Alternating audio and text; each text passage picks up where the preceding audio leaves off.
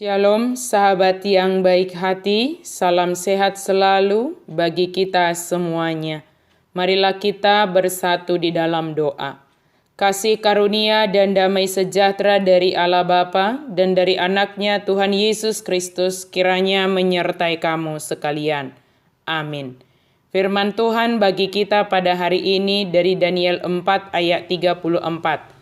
Tetapi setelah lewat waktu yang ditentukan, aku Nebukadnezar menengadah ke langit, dan akal budiku kembali lagi kepadaku. Lalu aku memuji yang maha tinggi dan membesarkan dan memuliakan yang hidup kekal itu, karena kekuasaannya ialah kekuasaan yang kekal dan kerajaannya turun-temurun. Alai di ujung niaka ari i manai lima au Nebukadnezar, I dopak banua gijang, gabe mulak marro hama au muse, jala hupuji debatana sun timbuli. Hupa sangat huhut jala marmulia hubaid debatana mangolu rodi saleleng nilelengna. Gonggomanna perodi saleleng nilelengna do, jala harajauna marsudut-sudut. Memuji, membesarkan, dan memuliakan Allah yang maha tinggi.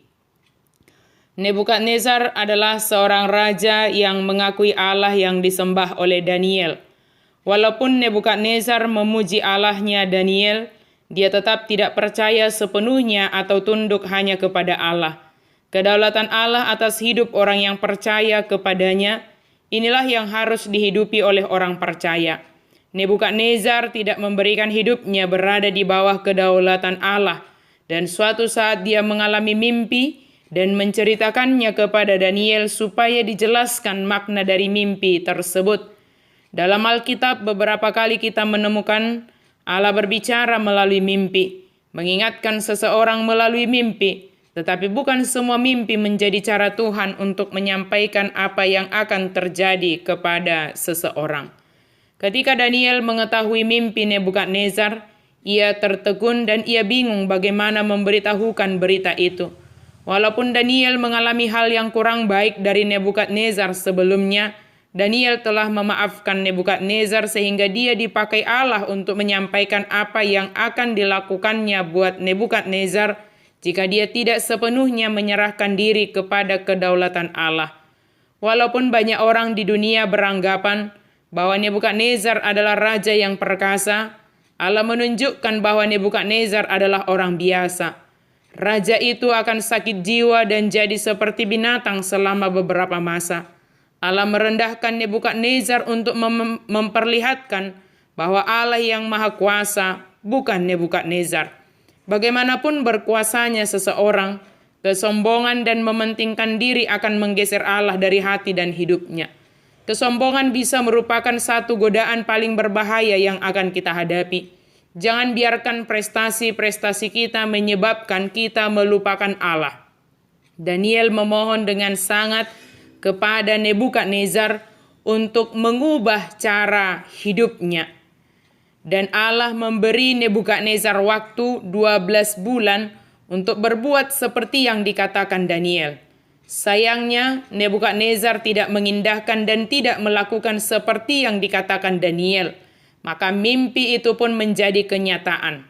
Setelah melewati masa 12 bulan, Raja Nebukadnezar menengadah ke langit dan memuji, membesarkan serta memuliakan Allah yang maha tinggi dan maha kuasa. Sahabat yang diberkati Tuhan, dari renungan ini kita diajarkan pertama, untuk semakin merendahkan hati di hadapan Tuhan dan menyerahkan diri sepenuhnya di bawah kedaulatan Allah.